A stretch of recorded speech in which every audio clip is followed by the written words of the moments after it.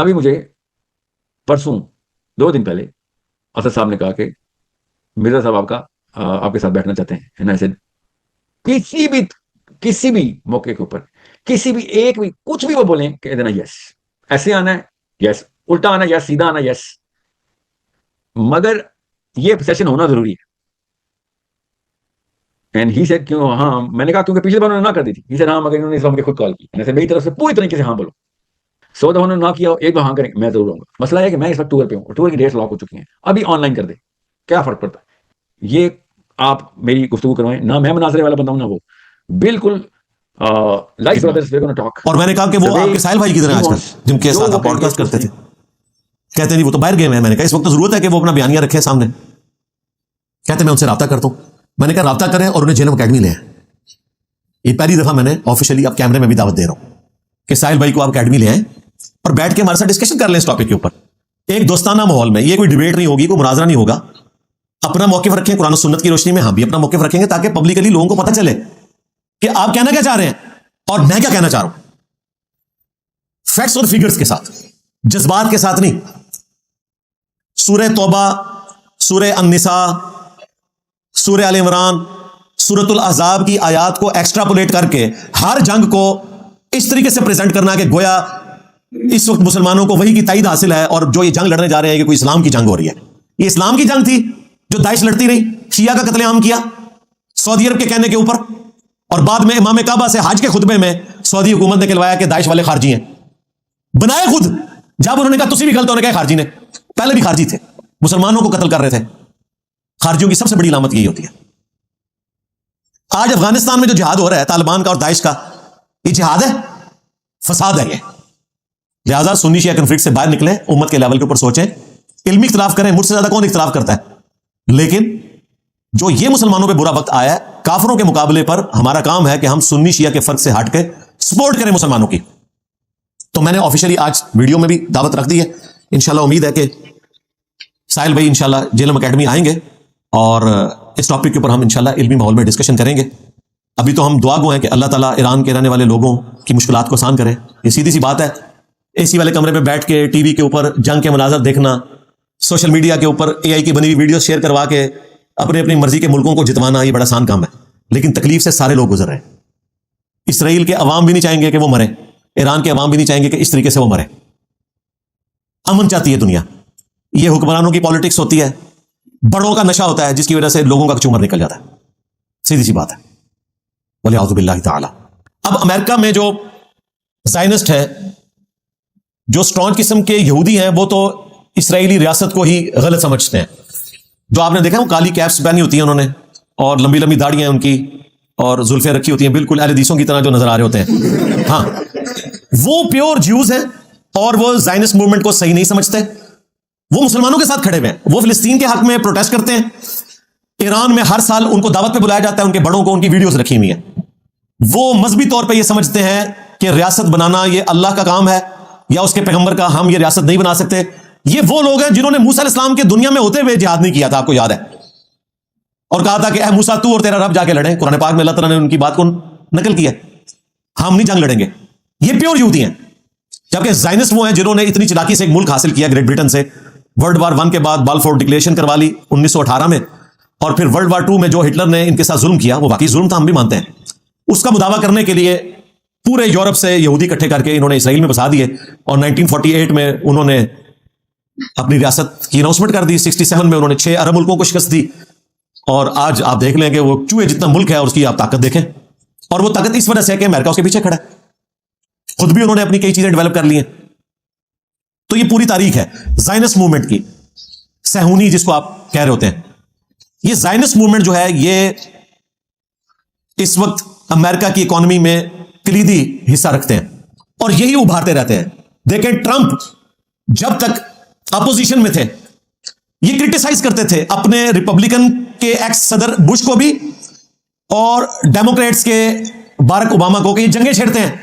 اس کی باقاعدہ ویڈیو ہے جس میں اس نے کہا کہ عراق میں کون سے آپ کو ویپن آف ماس ڈسٹرکشن ملے تھے جو آپ نے حملہ کیا, اتنے ہمارے فوجی بھی مرے, آپ نے دنیا میں جو ہے بد امنی پھیلائی ہے, میں آؤں گا تو جنگوں کو ختم کروں گا. یہ ٹرمپ صاحب کہہ رہے تھے.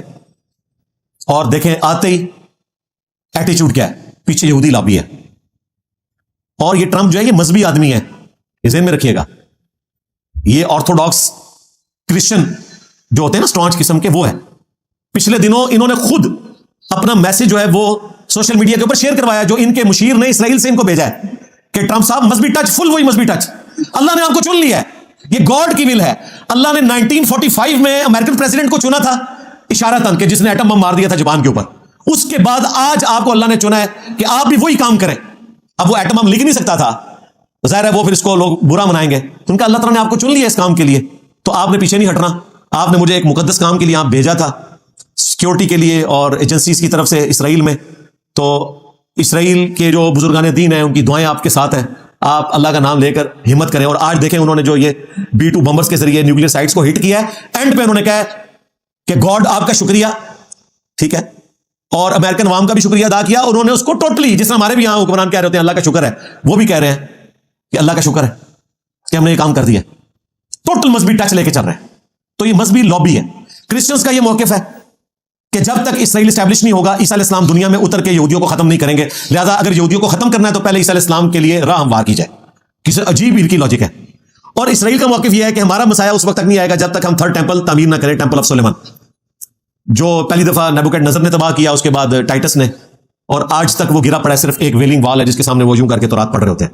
دوبارہ سے انہوں نے تعمیر کرنا ہے. وہ کہتے ہیں ہمارا مسایہ آئے گا, حالانکہ جس مسایہ کا وہ انتظار کر رہے ہیں نا, وہ آ کے 2000 سال پہلے جا چکا ہے. اوریجنل مسایہ یسوع مسیح, عیسیٰ ابن مریم علیہ السلام. اب جب دجال آئے گا وہ بھی مسیح ہے, وہ مسیح الدجال ہے. یہ یسوع مسیح ہے, وہ مسیح الدجال ہے, جھوٹا مسیح. تو وہ اس کو سچا مسیح مانیں گے اور پھر اللہ تعالیٰ عیسیٰ ابن مریم کے ذریعے اس کا خاتمہ فرمائیں گے. اب یہ کب ہوگا یہ اللہ کو بہتر پتا ہے. اس طرح کہ جب صورتحال شروع ہوتی ہے تو فوراً لوگ نا اینڈ آف ٹائمز کی باتیں شروع کر دیتے ہیں. اور آپ دیکھیں ہر آئے دن آپ کو کوئی نئی حدیث دریافت ہو کے, جو پہلی کتابوں موجود ہوتی ہے اس کو اس دور میں فٹ کر کے کبھی غزوہ ہند بنانے کی کوشش کرتے ہیں, کبھی اس کو ارمگڈون بنانے کی کوشش کرتے ہیں, اور یہ سلسلہ جاری ہے. یہ بالکل قرب قیامت کی بات ہے. ابھی قرب قیامت اتنا نہیں ہے جتنا آپ سمجھ رہے ہیں. ویسے تو نبی اسلام کا دنیا میں آنا ہی قیامت کا ثبوت ہے, کیونکہ آپ آخری پیغمبر ہیں, آپ کے بعد کوئی پیغمبر نہیں آئے گا. لیکن اس طریقے سے احادیث کو ریلیٹ کر کے رزلٹ نکالنا, ہمارے پرانے بزرگ تو یہ رزلٹ نکال چکے تھے کہ 1000 سال کے بعد اس امت نے آگے جانا نہیں ہے. اللہ کا شکر ہے 1446 ہجری ہے, آج 25 ذوالحجہ ہے, اور 1447 ہجری شروع ہونے والا ہے. ایٹ لیسٹ ان بزرگوں کے اوپر تو قنوت نازلہ نہ پڑے, کم از کم ان کے لیے دعائیں مغفرت کرے. اور جھوٹ بول دے رہے ہو, دیکھو 450 سال اوپر گزر چکے تھے, آج بھی اسی دنیا میں موجود ہیں. ہو سکتا ہے 1000 سال اوپر لگ جائے, یہ اللہ کو بہتر پتا ہے. ہم پاکستان کے مسلمان اور پاکستان کی ریاست, میرے خیال میں کسی صورت ہمیں ایران کی رجیم چینج کو سپورٹ نہیں کرنا چاہیے, کیونکہ اس کے بعد پھر ایران کی تباہی ہے. اس کی وجہ یہ ہے کہ ایران میں اس وقت جو مذہبی حکومت ہے وہ واقعتاً وہاں کے رہنے والے لوگوں کی اکثریت کی نمائندہ ہے. اور اس جنگ کے بعد تو جو لوگ ان کے مخالف تھے وہ بھی اس وقت گورنمنٹ کا ساتھ دے رہے ہیں, کیونکہ جب ملک کے اوپر حملہ ہوتا ہے نا تو ملک کے ایسٹس ہوتے ہیں نا. جس طرح جب پاکستان اور انڈیا کی جنگ ہوئی, چند ایک یوٹیوبر جنہوں نے غداری کی, ان کو چھوڑ کے ہماری جو اپوزیشن جماعتیں تھیں وہ بھی گورنمنٹ کے ساتھ اور فوج کے ساتھ کھڑی ہوئی تھی. وہاں پر بھی ایسا ہوا ہے. وہاں پر تو ویسے ہی اکثریت جو آیت اللہ خامنائی صاحب ہیں ان کو اپنا مذہبی پیشوا سمجھتی ہیں, اور وہ ان کے زندہ امام ہیں جن کی وہ تقلید کرتے ہیں.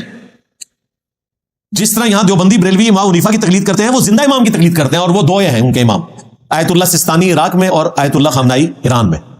آپ سمجھ لیں کہ عبد القادر جیلانی قبر سے نکل آئے تو کسی پیر کی درگاہ نہیں چل سکتی. یہ سٹیٹس ہے اس وقت خامنائی صاحب کا اور سستانی صاحب کا.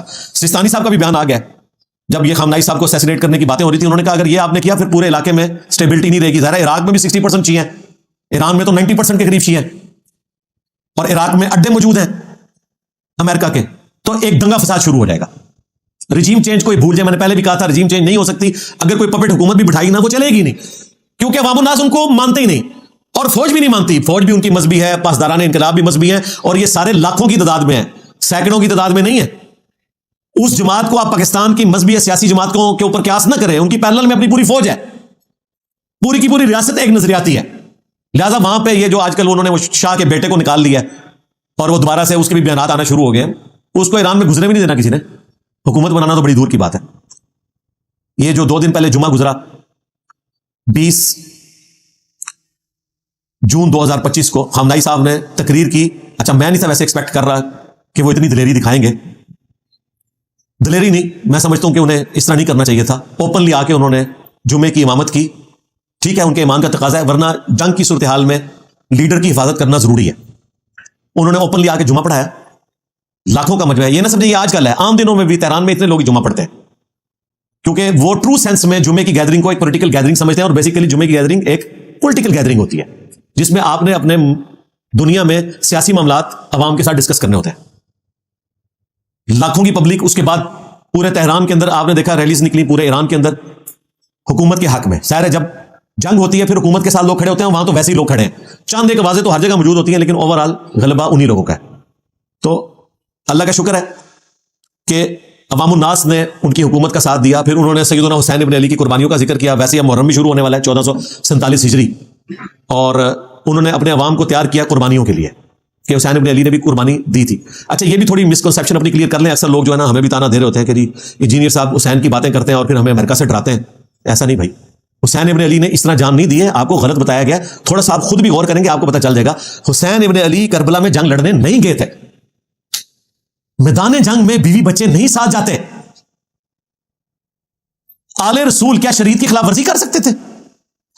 وہ تو ہزاروں خطوط آئے تھے کوفہ سے, چونکہ 5 سال تک کوفے میں امیر المومنین علی ابن ابی طالب رضی اللہ تعالیٰ عنہ علیہ السلام خلیفہ راشد کے طور پر رہے. لوگ ان سے عشق کرتے تھے, اور حضرت معاویہ رضی اللہ تعالیٰ نے جاتے جاتے صلح حسن کی وہ شرط توڑی اور یزید کو اپنی جگہ نامزد کیا.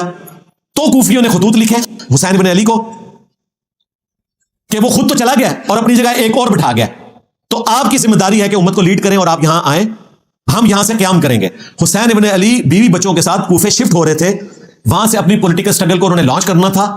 جنگ پتہ نہیں کب ہونی تھی, وہ راستے میں روک لیے گئے اور ان کے اوپر جنگ مسلط کر دی. اس وجہ سے یہ سارا معاملہ ہوا. وہ جنگ لڑنے تو گئے نہیں تھے, انہوں نے اپنی سٹرگل کو لانچ کرنا تھا, فورس کو اکٹھا کر کے, جس طرح بعد میں مختار صفی نے بھی دیکھے نا فورس اکٹھی کی اور ایک وقت کا انتظار کیا اور قاتلین حسین سے بدلہ لیا. یہ نہیں ہے کہ حسین ابن علی کا یہ درس ہے کہ آپ جو ہے وہ اپنی میجرمنٹ نہ کریں اور جا کے اس طریقے سے حکومت سے ٹکرا جائیں. یہ اس طرح نہیں ہوا تھا یار, جھوٹ نہ بولو. ایٹ لیسٹ شیعہ علی کو تو یہ بات پتہ ہے نا, سنی تو ہے اس معاملے میں نابلد ہے. اس طرح غلط پکچر نہ پیش کریں آپ.